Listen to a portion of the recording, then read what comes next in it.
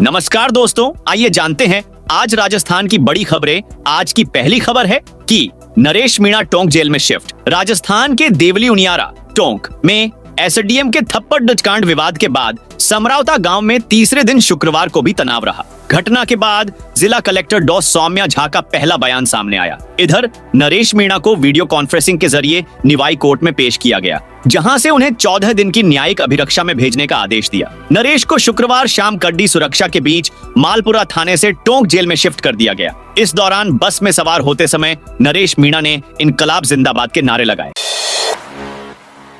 जयपुर के छोटी बड़ी चौपड़ को बम से उड़ाने की धमकी। जयपुर में आज बम ब्लास्ट की धमकी भरे फोन से हड़कंप मच गया। फोन करने वाले ने कहा, छोटी और बड़ी चौपड़ पर आज धमाके होने वाले हैं। सभी एजेंसियों को तत्काल अलर्ट किया गया और मौके पर भेजा गया। पुलिस लाइन से अधिकारियों का जाप्ता, बम निरोधक दस्ता, एटीएस की टीमें मौके पर भेजी गई। छोटी और बड़ी चौपड़ पर सर्च किया गया, लेकिन कुछ नहीं मिला। कमिश्नरेट की साइबर टीम ने कॉल करने वाले को चिन्हित कर लिया है।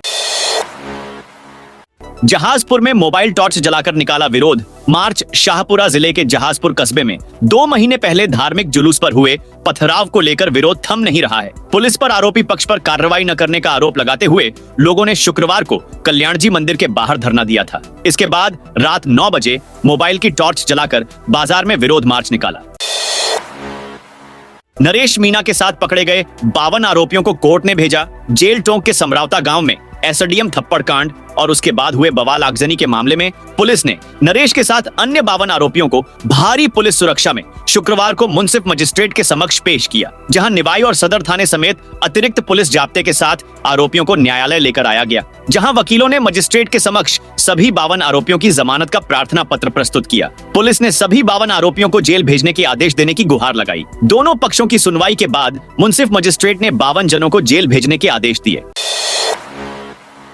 रविंद्र सिंह भाटी ने युवकों को पुलिस जीप से उतारा। ओरन बचाओ आंदोलन के दौरान पुलिस ने 2 युवकों को हिरासत लिया, तो रविंद्र सिंह भाटी ने रास्ते में ही जीप को रुकवा लिया और दोनों युवकों को पुलिस हिरासत से छुड़वाया। यह देख पुलिस अधिकारी भी दंग रह गए। भाटी ने पुलिस से ऐसे सवाल किए कि पुलिस ठीक से जवाब भी नहीं दे पाई। रविंद्र सिंह भाटी का ये वीडियो सोशल मीडिया पर खूब वायरल हो रहा है। जनता का साथ देने वाले भाटी के इस जज्बे की हर तरफ चर्चा हो रही है। 980 करोड़ के प्रोजेक्ट का काम रोका। राजधानी जयपुर में मेट्रो ने फेज 1C का काम बंद कर दिया है। माना जा रहा है कि सरकार के निर्देश पर काम रोका गया है। पहले सरकार इस प्रोजेक्ट की समीक्षा करेगी और उसके बाद ही प्रोजेक्ट का भविष्य तय होगा। सूत्रों की माने तो पिछले कई दिन से काम बंद है। मेट्रो अधिकारियों की माने तो इस रूट पर अब तक 5% काम ही हुआ है। इस मामले में मेट्रो के प्रबंध निदेशक वैभव गालरिया से संपर्क किया, लेकिन उनसे बात नहीं हो पाई। उनको मैसेज भी भेजा, लेकिन कोई जवाब नहीं दिया। स्पेशल ट्रेनों में यात्रियों का जेब खर्च बढ़ा। रेलवे जहां यात्री सुविधाओं में विस्तार के दावे कर वाहवाही लूट रहा है, वहीं स्पेशल के नाम पर यात्रियों की जेब पर 30% तक अत्यधिक भार भी डाल रहा है। दरअसल जयपुर से उदयपुर, हैदराबाद, बांद्रा टर्मिनस, पुणे समेत कई शहरों में जाने वाली ट्रेनें हमेशा ही फुल रहती हैं। त्योहारी सीजन हो या फिर गर्मी की छुट्टियां, हर सीजन में स्पेशल ट्रेनें संचालित की जा रही हैं। Bhajanlal cabinet meeting. 20 को प्रदेश में विधानसभा उपचुनाव के लिए मतदान संपन्न होने के बाद अब राज्य सरकार ने 20 नवंबर को कैबिनेट और मंत्रिपरिषद की बैठक बुलाई है। मुख्यमंत्री भजनलाल शर्मा की अध्यक्षता में होने वाली बैठक को लेकर फिलहाल कोई आधिकारिक एजेंडा तो सामने नहीं आया है, लेकिन माना जा रहा है कि अगले माह होने वाले राइजिंग राजस्थान इन्वेस्टमेंट समिट सहित कई बड़े मुद्दों पर बैठक में चर्चा होगी। राजस्थान हाईकोर्ट ने दिया बड़ा निर्णय। राजस्थान हाईकोर्ट ने नीच, भिखारी, मांगनी जैसे शब्द कहने मात्र को जाति सूचक शब्द कहकर नीचा दिखाने का अपराध नहीं माना है। साथ ही ऐसे शब्दों से संबोधित करने के आरोपियों के खिलाफ अनुसूचित जाति और अनुसूचित जनजाति अत्याचार निवारण कानून के अंतर्गत लगाए गए आरोप हटाकर याचिकाकर्ताओं को आंशिक राहत दी। 24 घंटे का अल्टीमेटम। राजस्थान में नरेश मीणा द्वारा एसडीएम अमित कुमार चौधरी को थप्पड़ मारने की घटना के बाद जाट समाज ने सरकार को 24 घंटे का अल्टीमेटम भी दिया है। उन्होंने कहा है कि अगर सरकार इस मामले में जल्द और कठोर कार्रवाई नहीं करती है तो वे सड़कों पर उतरकर विरोध प्रदर्शन करेंगे। जाट समाज के नेताओं ने मांग की है कि नरेश मीणा के खिलाफ कानून के तहत कड़ी कार्रवाई की जाए ताकि ऐसी घटनाओं की पुनरावृत्ति न हो। जयपुर में खराब हुआ धीरेन्द्र शास्त्री का चार्टर प्लेन। बागेश्वर धाम के धीरेन्द्र कृष्ण शास्त्री गुरुवार को जयपुर एयरपोर्ट पर फंस गए। धीरेन्द्र शास्त्री ने 6 घंटे तक जयपुर एयरपोर्ट पर अपने चार्टर विमान के ठीक होने का इंतजार किया। इसके बाद भी उनका विमान ठीक नहीं हुआ। मुंबई से उनके लिए दूसरा चार्टर प्लेन मंगाया गया। इसके बाद रात 12:15 पर शास्त्री भोपाल के लिए रवाना हुए। भाजपा के इन जिलाध्यक्षों की होगी छुट्टी। राजस्थान में भाजपा सदस्यता अभियान की धीमी गति को लेकर भाजपा प्रदेश प्रभारी राधा मोहन दास अग्रवाल ने नाराजगी जताई है। भाजपा कार्यालय में शुक्रवार को बैठक में अग्रवाल ने कहा कि जब आपको टारगेट और निर्धारित समय की जानकारी थी तो फिर सदस्य क्यों नहीं बनाए गए। उन्होंने कहा कि जिलाध्यक्षों का ईमानदारी के साथ मूल्यांकन होना चाहिए। जो जिलाध्यक्ष लक्ष्य को पाने में सफल होंगे उन्हें पुरस्कृत करेंगे, जो सफल नहीं होंगे उन्हें आराम भी कराया जा सकता है। 15 दिन बाद फिर से बैठेंगे और फैसला करेंगे। बैठक भाजपा प्रदेशाध्यक्ष मदन राठौड़ की अध्यक्षता में हुई। किरोधी ने कहा टारगेटेड था मामला। कृषि मंत्री किरोधी लाल मीणा ने जयपुर में गृह राज्य मंत्री जवाहर सिंह बैरहम से बात की। इस दौरान ग्रामीण भी मौजूद थे। किरोधी ने यहाँ कहा चुनिंदा लोगों ने इस घटना को अंजाम दिया। यह टारगेटेड था। अपराधी कोई भी हो, किसी भी जाति का हो, किसी भी दल से जुड़ा हो, वह जेल की सलाखों के पीछे जाना चाहिए।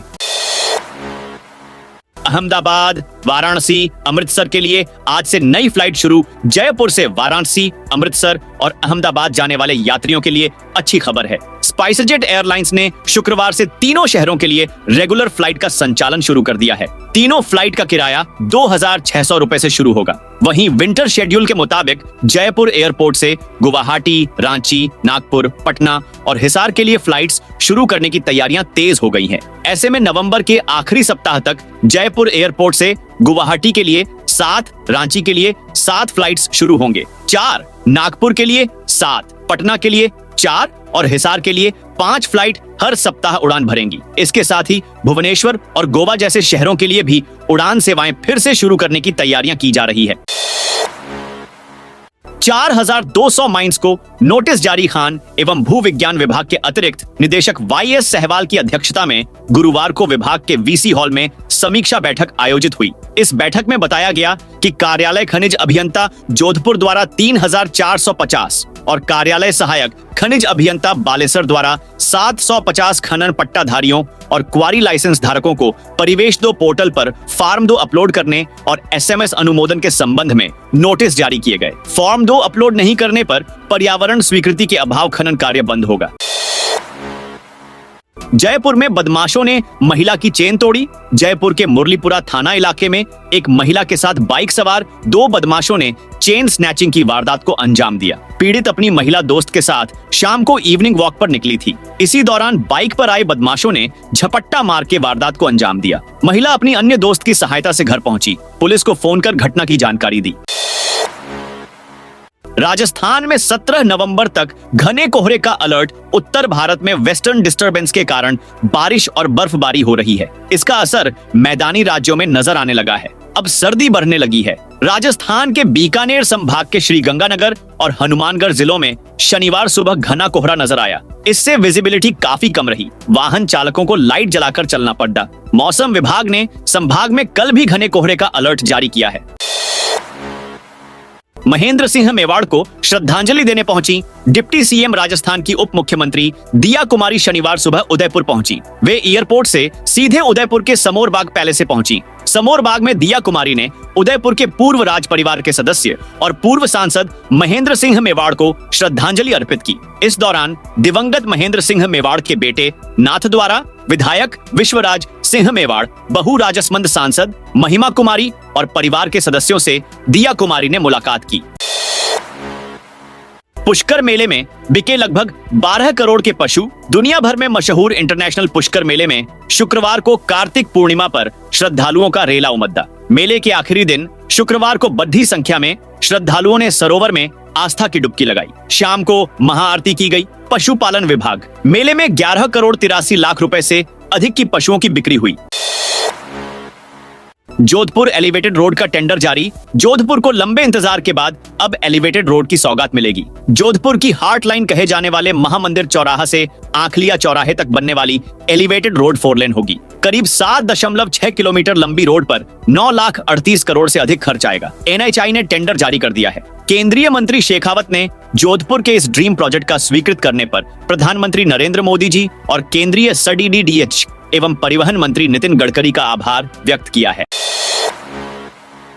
थप्पड़हरी कांड पर पहली बार बोले राजस्थान के मुख्य निर्वाचन अधिकारी। देवली उनियारा विधानसभा में समरौता प्रकरण में कानून व्यवस्था फेल रही, इसकी जिम्मेदारी काय लेकर भास्कर ने मुख्य निर्वाचन अधिकारी नवीन महाजन से बात की। उन्होंने कहा कि मतदान कक्ष के बाहर की घटना थी, ईवीएम आदि से छेड़छाड़ नहीं हुई है, ऐसे में मतदान प्रभावित नहीं हुआ है। कानून व्यवस्था की जिम्मेदारी आईजी डीआईजी स्तर की थी तय और उन्हें इस पर कायनल लेना था। क्या हुआ ये सभी का पता है। बहरहाल इस केस में गिरफ्तारी हाई चुकी है, अब आगे कानून अपना काम करेगा। बांसवाड़ा में दिव्यांगों को मिलेगी राहत। दिव्यांगजनों को राहत देने के लिए सरकार ने कदम बढ़ाए हैं। इसके लिए सरकार प्रदेश के सभी जिलों में रीजनल रिहैबिलिटेशन सेंटर आरआरसी खोलने जा रही है। शुरुआती दौर में बांसवाड़ा सहित 22 जिलों को शामिल किया गया है। आरआरसी के लिए निदेशालय ने 22 चिकित्सा महाविद्यालय के प्रधानाचार्यों को पत्र भेज माकूल स्थान की जानकारी मांगी है। हर दिन 90 लाख यूनिट बनाएगा राजस्थान। लिग्नाइट से बिजली उत्पादन की एक नहीं अब 3 यूनिट लगेंगी। भारत सरकार की कंपनी नेवेली लिग्नाइट कॉर्पोरेशन ने राजस्थान के बीकानेर के गुड़ा वेस्ट में 1,25,125 मेगावाट की 3 यूनिट लगाने के लिए प्रक्रिया शुरू कर दी है। इससे हर दिन करीब 90 लाख यूनिट बिजली का उत्पादन हो सकेगा। शुरुआती उत्पादन लागत 5 रुपए प्रति यूनिट आने का आकलन किया गया है। बाद में फिक्स लागत कम होने से उत्पादन दर भी कम होती जाएगी। खास यह है कि राजस्थान में प्रचुर मात्रा में लिग्नाइट उपलब्ध है। इस दिन से खुलेंगी नहरें। टोंक के भैरूसागर बांध चांदसैन से सिंचाई के लिए नहरों में पानी छोड़े जाने को लेकर शुक्रवार को डाक बंगले में जल उपयोगिता संगम की बैठक हुई। अध्यक्षता अधिशासी अभियंता देवानंद ने की। इसमें 25 नवंबर सुबह 10:15 बजे नहरें खोले जाने का निर्णय किया गया। अधिशासी अभियंता ने कहा कि इस बार बांध पूर्ण भराव क्षमता से भरा हुआ है, जिससे 2600 हेक्टेयर भूमि की सिंचाई की जाएगी। उन्होंने कहा कि जल के महत्व को समझते हुए सिंचाई के दौरान जल का सदुपयोग करें। सिंचाई कार्य पूर्ण होते ही बंद करें, ताकि अंतिम छोर के किसानों को समय पर पूरा लाभ मिल सके। दिसंबर से पड़ेगी कड़ाके की सर्दी। विंड पैटर्न में बदलाव के साथ मैदानी भागों में सर्दी का जोर बढ़ गया है। मौसम विभाग के अनुसार दिसंबर में केडीडी ढाके की ठंड पडडी देखने की पूरी संभावना है। वहीं आगामी दिनों में कई जिलों में घना और कहीं कहीं अति घना कोहरा छाने का आसार है, जिसके कारण दिन और रात के तापमान में 2 से 3 डिग्री की गिरावट आएगी। सीकर में शुक्रवार सुबह आंशिक कोहरा छाया। नमी बढ़ने के कारण दिन में भी मामूली सर्दी का एहसास हुआ। फतेहपुर में अधिकतम तापमान 22.5 डिग्री व न्यूनतम तापमान 12.4 डिग्री और सीकर में अधिकतम तापमान 31.5 डिग्री व न्यूनतम तापमान 13 डिग्री दर्ज किया गया। राजस्थान में शिक्षकों को मिली बड़ी सौगात। माध्यमिक शिक्षा निदेशक और प्रारंभिक शिक्षा निदेशक ने संयुक्त रूप से आदेश जारी कर विस्तृत गाइडलाइन जारी की है। इसमें विभिन्न कारणों से लंबे समय से विद्यालयों में फंसे और अधिशेष हो चुके शिक्षकों का अब समायोजन किया जाएगा। ऐसे में ये शिक्षकों के लिए एक बड़ी सौगात है। इससे अधिशेष शिक्षकों और कार्मिकों का समायोजन होने से न केवल शिक्षकों की स्थिति को सुधारने में मदद करेगा, बल्कि छात्रों की शिक्षा के स्तर को भी बढ़ाने का कार्य करेगा।